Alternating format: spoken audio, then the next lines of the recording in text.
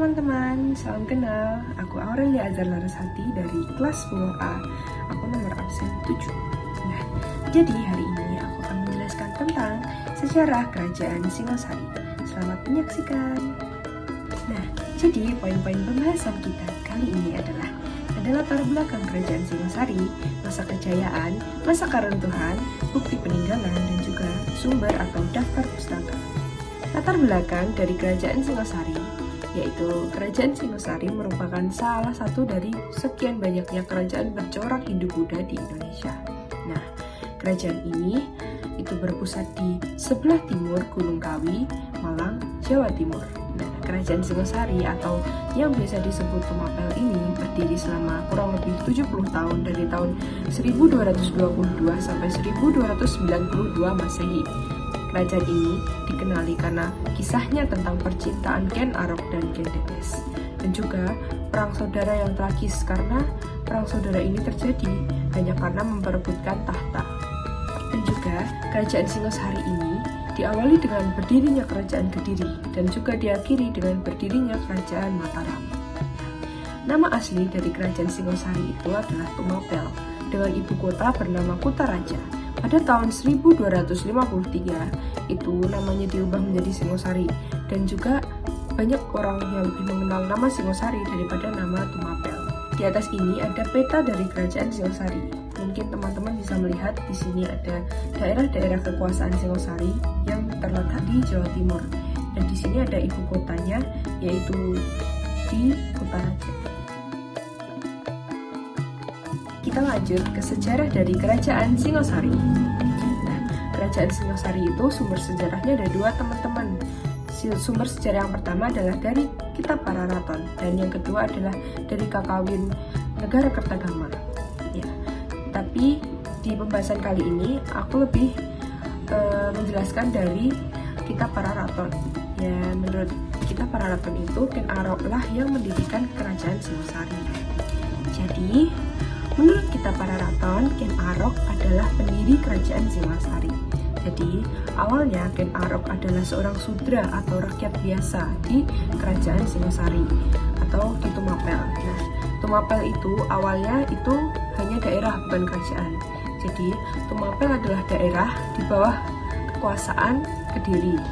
Nah, Arok itu bekerja menjadi pengawal dari Tunggul Ametung atau Arya Pulung. Nah, Tunggul Ametung ini adalah seorang akuwu di Tumapel. Akuwu itu semacam camat gitu. Tapi saat Arok bekerja di bawah Tunggul Ametung, ia malah terpikat oleh kecantikan Dedes atau istri dari Tunggul Ametung. Ia pun terobsesi untuk memiliki Dedes. Nah, lalu Tunggul Ametung pun dibunuh oleh Arok karena ia ingin mendapatkan hati Dedes. Kemudian saat Tunggul Ametung sudah dibunuh oleh Arok, Arok pun menjadi akuwu dari Tumapel karena ia mengkambing hitamkan Kebu Ijo. Karena saat itu Kebu Ijo digadang-gadang menjadi saingan atau pesaing dari Tunggul Ametung. Kemudian setelah ia menikahi Dedes, ia pun mendirikan Kerajaan Singosari. Nah, setelah itu tapi Arok itu tetap merasa tidak puas, teman-teman. Jadi Arok pun memberontak dan memisahkan diri dari Kerajaan Kediri. Nah, Arok itu memanfaatkan keadaan. Jadi dia dibantu oleh para Brahmana yang saat itu berseteru dengan Raja Kertajaya atau Raja Sri Maharaja Srengga. Nah, beliau adalah raja dari Kerajaan Kediri.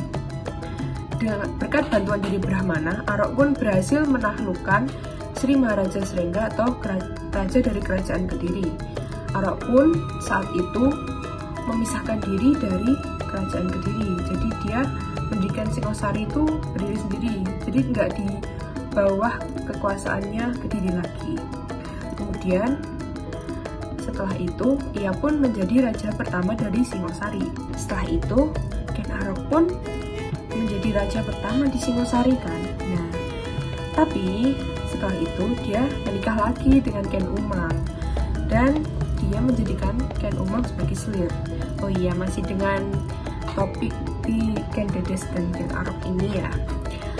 Jadi saat Ken Arok membunuh Tunggul Ametung itu Ken Dedes posisinya sedang hamil anak Tunggul Ametung. Nah, anak ini diberi nama Anusapati dan dia akan berperan besar dalam pembunuhannya Ken Arok.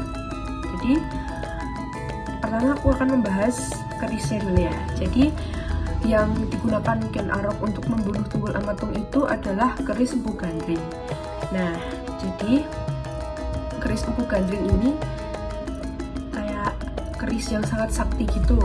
Nah, keris itu adalah karya dari Empu Gandring itu sendiri, seorang pandai besi yang sangat pandai dan sangat sakti pada waktu itu. Nah, saat itu Arok itu memesan keris itu kepada Empu Gandring yang berwaktukan 5 bulan. Tapi saat itu adalah pekerjaan yang sangat mustahil, teman-teman. Tapi karena Empu Gandring ini sangat-sangat sakti, jadi ia menyanggupi bahwa oke, keris ini dibuat dalam waktu 5 bulan. Tapi saat Arok tidak datang mengambil keris itu, ternyata sarung dari keris itu tuh belum jadi. Lalu kemudian Empu Gandring ditusuk oleh Arok menggunakan keris yang dibuatnya. Nah, karena Arok itu merasa Empu Gandring tidak menyelesaikan atau tidak menepati janji untuk menyelesaikan keris itu dalam waktu 5 bulan. Nah, Empu Gandring yang marah, kesal, dan dia dendam kepada Arok, dia itu mengutuk kerisnya gitu, karena dia sebelumnya mencurahkan sebagian dari kekuatannya ke dalam keris itu. Jadi keris itu tuh sangat sakti. Nah, keris itu dikutuk dengan meminta 7 korban, 7 nyawa dari keturunannya Ken Arok. Nah, jadi keris ini tuh banyak terlibat, teman-teman, banyak terlibat di pembunuhan-pembunuhan yang ada di kerajaan Singosari. Nah, jadi kita akan membahas tentang korban-korban yang terbunuh oleh keris ini, kerisnya Empu Gandring ini. Nah, jadi tuh yang pertama kali terbunuh itu Empu Gandring itu sendiri. Kemudian ada Tunggul Ametung yang dibunuh oleh Ken Arok. Dan kemudian ada Kebo Ijo yang saat itu menjadi kambing hitam atas kematiannya Tunggul Ametung. Kemudian ada Ken Arok itu sendiri yang dibunuh oleh Anusapati, anak dari Tunggul Ametung dan Dedes. Kemudian ada Ki Pangalasan, yaitu kayak dia tuh ajudannya si Anusapati untuk membunuh Ken Arok. Nah, kemudian ada Anusapati itu sendiri yang dibunuh oleh Toh Jaya, anak dari Umang dan Ken Arok. Nah, kemudian Toh Jaya ini juga meninggal di tangan keris Empu Gandring ini.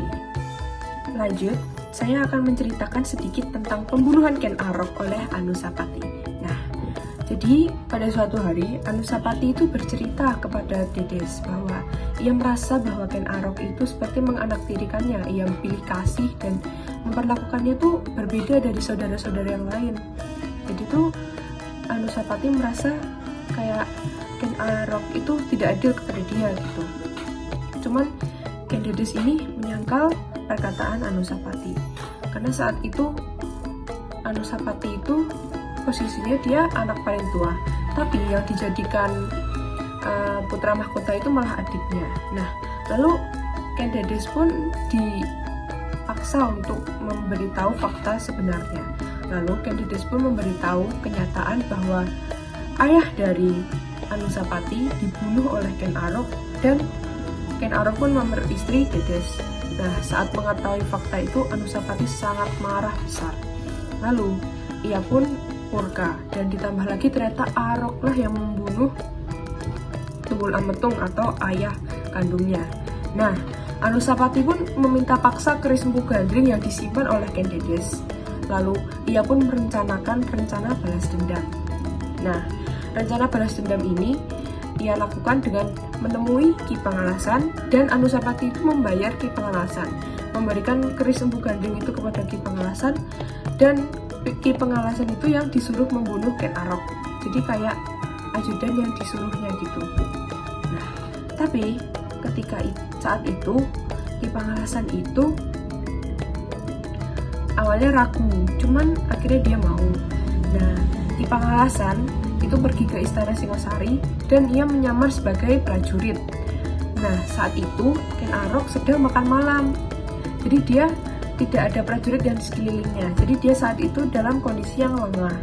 Nah, saat itu Ki Pangalasan pun melihat Arok yang sedang lalai dari awasan prajurit, ia pun menikamnya. Lalu ia membunuh Ken Arok di tempat. Lalu saat ia lari membawa keris itu dan menemui Anusapati, Anusapati malah membunuh Ki Pangalasan karena dengan alasan ia takut rencananya akan terbongkar dan terbocorkan oleh Ki Pangalasan. Nah, saat itu Arok pun sudah terbunuh dan Anusapati pulang ke kerajaan dengan mengumumkan bahwa ia sudah membunuh pembunuh dari Ken Arok. Maka ia dianggap seorang pahlawan dan ia dinaikkan tahta menjadi seorang raja. Nah, jadi sebenarnya Anusapati ini sepertinya membunuh Ken Arok karena dia juga dendam dan juga dia ingin menjadi raja. Jadi dia kayak gak mau adiknya jadi raja, tapi dia pengen dia jadi raja. Kita lanjut ke masa kejayaan Kerajaan Singosari. Nah, masa kejayaan Kerajaan Singosari ini terjadi saat kepemimpinan Kertanegara, yaitu dia raja kelima. Nah, jadi Singosari ini menjadi kerajaan paling makmur pada zamannya. Dia di bawah pimpinan Raja Kertanegara, Singosari itu memiliki banyak sekali wilayah kekuasaan. Nah, itu wilayah kekuasaannya meliputi dari Madura, Jawa, Bali, Nusa Tenggara, sebagian Sumatera, semenanjung Malaya, sebagian Kalimantan, Sulawesi, dan juga Kepulauan Maluku. Dan juga Kerajaan Singosari ini menguasai perdagangan di hampir semua aspek seperti rempah, emas, dan lain-lainnya. Dan juga Kerajaan Singosari itu menguasai sebagian perdagangan maritim dan juga perdagangannya dari Selat Malaka hingga Kepulauan Maluku. Jadi perdagangan dan maritimnya itu sangat besar, teman-teman. Nah, Singosari ini juga berhasil loh mengusir kekuasaannya Kubilai Han atau Kaisar Mongolia. Nah, Kubilai Han ini adalah kaisar dari Mongolia yang saat itu haus akan kekuasaan. Jadi dia tuh kayak mau kerajaan-kerajaan yang saat itu lagi makmur-makmurnya itu biar ada di bawah tangan dia. Nah, Singosari ini berhasil mengusir Kubilai Han loh. Lanjut ke keruntuhan Kerajaan Singosari. Nah, saat itu Kerajaan Singosari itu sangat sukses hingga kesuksesannya itu malah terdengar ke telinga Kubilai Han. Tapi saat itu Singosari sedang menjalin kerjasama dengan kerajaan dari Vietnam untuk menghindari ancaman dari Kubilai Han. Tapi kebanyakan prajurit di Singosari itu malah dikirimkan ke luar Pulau Jawa. Nah, jadi pertahanan Singosari di dalam Pulau Jawa itu sangat lemah. Nah, tapi di saat itu Jaya Katuang atau bawahan dari Raja Singosari saat itu, dia pun mencari-cari kesempatan untuk memberontak. Ia pun membunuh raja saat itu yaitu Kertanegara dan mengumumkan dirinya sebagai Raja Kediri. Nah, saat Jaya Katuang ini berkuasa, tapi dia tuh gak lama karena dia dibunuh oleh menantu dari Raja Kertanegara. Nah, jadi pas pasukannya Kubilai Han menyerang Jaya Katuang, menantunya Kertanegara ini malah menyerang Jaya Katuang juga. Jadi menantunya Kertanegara ini yang membunuh Jaya Katuang, yaitu Raden Wijaya. Nah, Raden Wijaya ini adalah pendiri dari Kerajaan Majapahit. Jadi setelah itu Raden Wijaya pun kabur dan mendirikan Kerajaan Majapahit. Jadi dia mendirikan kerajaan sendiri setelah berhasil mengusir pasukan dari Kubilai Han. Oke teman-teman, kita lanjut ke peninggalan Kerajaan Singosari. Nah, jadi banyak peninggalan Kerajaan Singosari yang masih ada hingga saat ini. Yang pertama itu ada Candi Singosari itu sendiri. Nah, Candi Singosari itu ditemukan oleh Nicholas Engelhard pada tahun 1803. Nah, di candi ini tuh ada apa aja sih? Nah, di Candi Singosari ini terdapat arka Prajna Paramita. Nah, arka Prajna Paramita ini sering disebut Ken Dedes oleh penduduk sekitar. Karena itu arkanya itu berbentuk seorang perempuan yang cantik dan rupawan gitu. Jadi orang-orang menganggap itu sebagai Ken Dedes. selanjutnya itu ada Candi Jawi. Nah, nama asli Candi Jawi ini adalah Jajawa. Terletaknya di kaki Gunung Welirang, Desa Candi, Wates. Nah, candi ini itu adalah merupakan salah satu juga dari peninggalan kerajaan Singosari. Lanjut ada Candi Kidal. Nah, Candi Kidal ini terletak di lembah Gunung Bromo dan di dalamnya terdapat arka Siwa Mahadewa dan juga arka Garudea sebagai perlambangan dari Anusapati. Jadi ini tuh candi yang dibangun untuk Anusapati. Nah, kita lanjut ke Candi Jago. Candi Jago itu menurut kitab Pararaton namanya itu berasal dari kata Jajagu. Nah, jadi namanya itu berasal dari kitab Pararaton. Lanjut ada Prasasti Gondang. Prasasti ini tuh dibuat pada masa kejayaannya Raja Kertanegara. Berikut prasastinya itu jadi seperti diukir di atas batu gitu. Selanjutnya ada Arka Amogapasa. Nah, prasasti ini tuh ditulis dengan bahasa campuran antara bahasa Sanskerta dan juga bahasa Melayu kuno nih. Nah, ini arka ini tuh menggunakan huruf Jawa kuno. Nah, prasasti ini juga adalah bukti dari hubungan baik antara Kerajaan Darmasraya dan juga Kerajaan Singosari. Lanjut ada Prasasti Singosari. Nah, Prasasti Singosari ini ditemukan di tahun 1904 di sebelah Candi Singosari. Prasasti ini tuh diukir di batu dengan aksara Jawa kuno. Lanjut ke silsilah dari keluarga Kerajaan Singosari. Nah, ini berikut ini di bagian ini adalah silsilah dari keluarga kerajaan di Singosari. Oke, kita lanjut ke silsilah raja-raja yang ada di Singosari. Nah, itu ada dua versi yang menurut kitab Pararaton dan juga menurut kitab Negara Kertagama. Yang pertama itu ada Tunggul Ametung sebagai Aku di Tumapel. Jadi dia tuh belum sebagai raja. Kemudian ada yang kedua ada Ken Arok. Jadi Ken Arok ini sebagai raja pertama Singosari. Nah, kemudian yang ketiga ada Anusapati yang menjadi raja kedua dari Singosari. Kemudian ada Tohjaya yang merupakan raja ketiga dari Singosari. Kemudian yang kelima ada Wisnuwardana yang merupakan raja keempat dari Singosari. Kemudian ada yang keenam itu Kertanegara yang merupakan raja kelima dan raja yang paling sukses di Singosari. Nah, kemudian ada silsilah raja-raja juga yang menurut Kakawin Negara Kertagama atau Kitab Negara Kertagama. Yang pertama itu ada Ranggarasaja atau Ken Arok. Yang kedua ada Anusapati. Nah, di sini itu ceritanya Anusapati itu anaknya Rajasa. Jadi Arok itu memiliki anak Anusapati gitu. Ini tuh bukan anak tirinya gitu. Nah, jadi kalau menurut Negara Kertagama, Ranggarasaja itu raja pertama, kemudian ada Anusapati, kemudian ada Wisnuwardana, dan yang terakhir Kertanegara. Begitu. Jadi ada beberapa perbedaan di antara Kakawin Negara Kertagama dan juga Kitab Pararaton.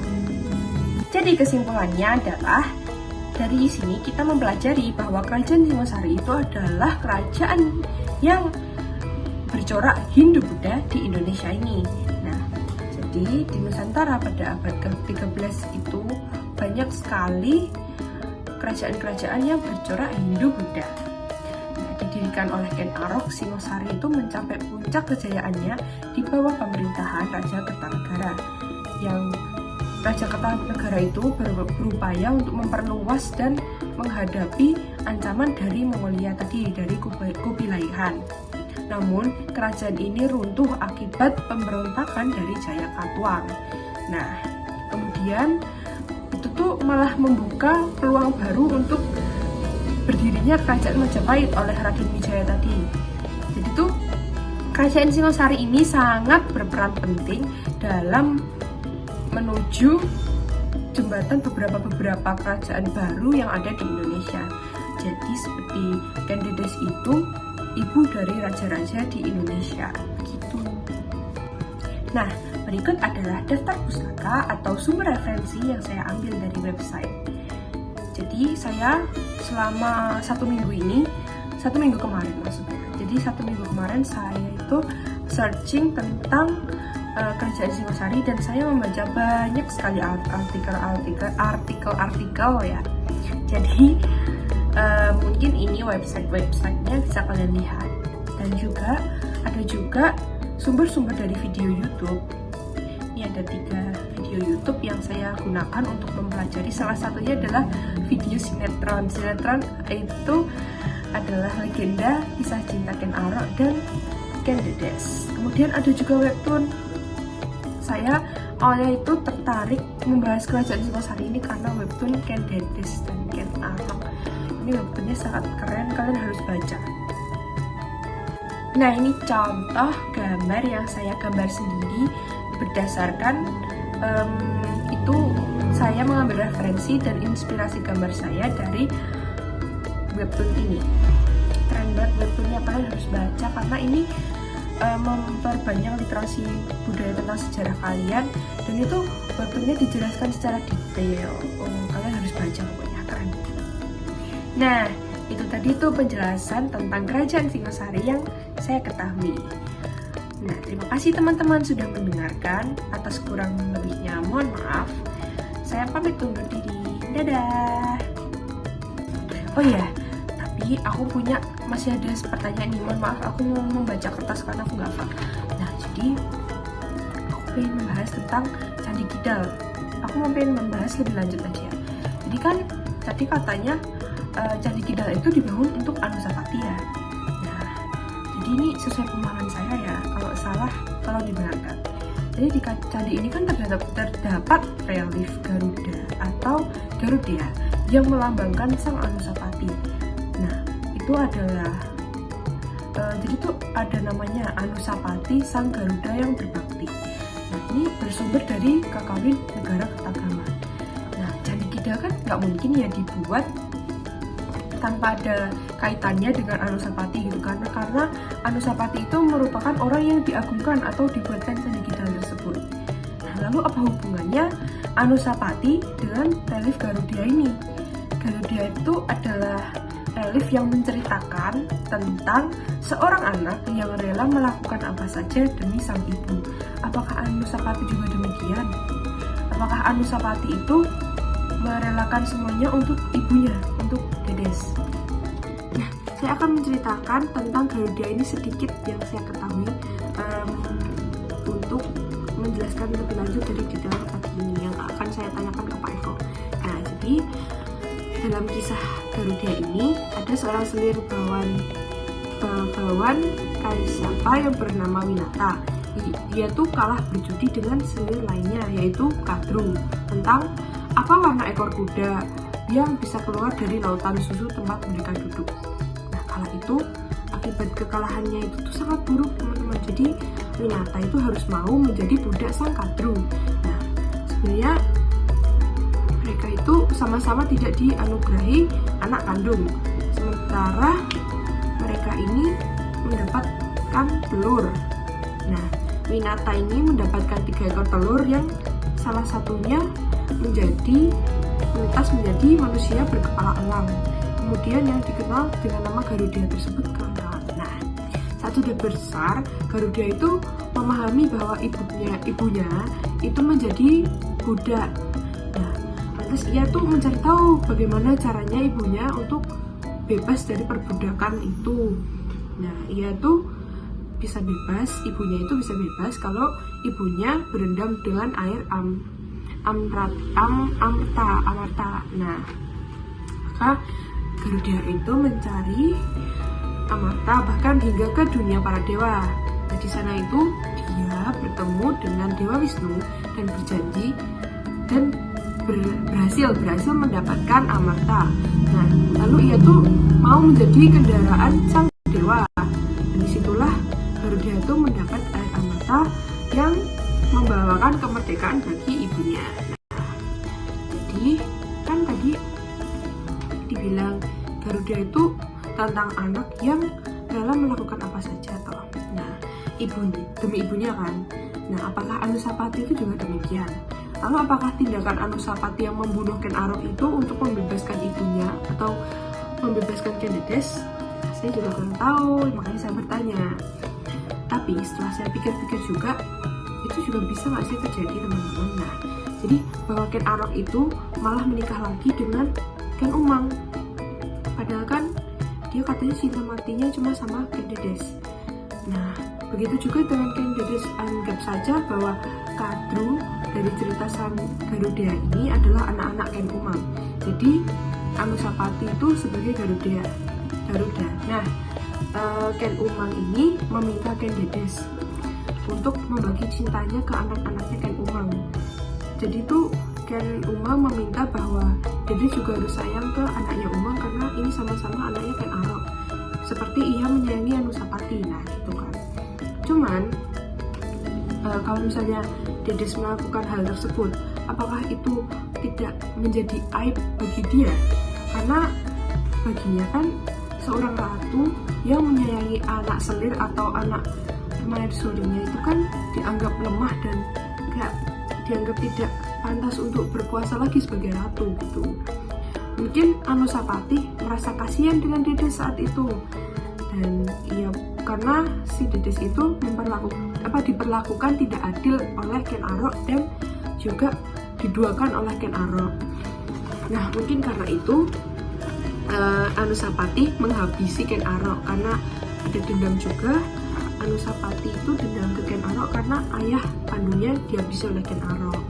Nah, apakah sebenarnya Ken Arok dan Ken Dedes itu saling mencintai seperti yang dicerita-cerita, atau sebenarnya ia lebih mencintai Tunggul Ametung? Ya, saya tidak tahu ya, karena kan Tunggul Ametung itu ayah dari anak kesayangannya Dedes. Nah, anak kesayangannya Dedes ini bukan anak dari Ken Arok atau anaknya Ken Umang. Nah, anak kesayangannya Ken Dedes ini malah anak dari Tunggul Ametung. Nah, yang tadi itu cuma teori. Cuman, kalau kalian ingin menjawab di kolom komentar, itu sangat boleh. Silahkan jawab di kolom komentar. Aku menunggu jawaban dari teman-teman sekalian.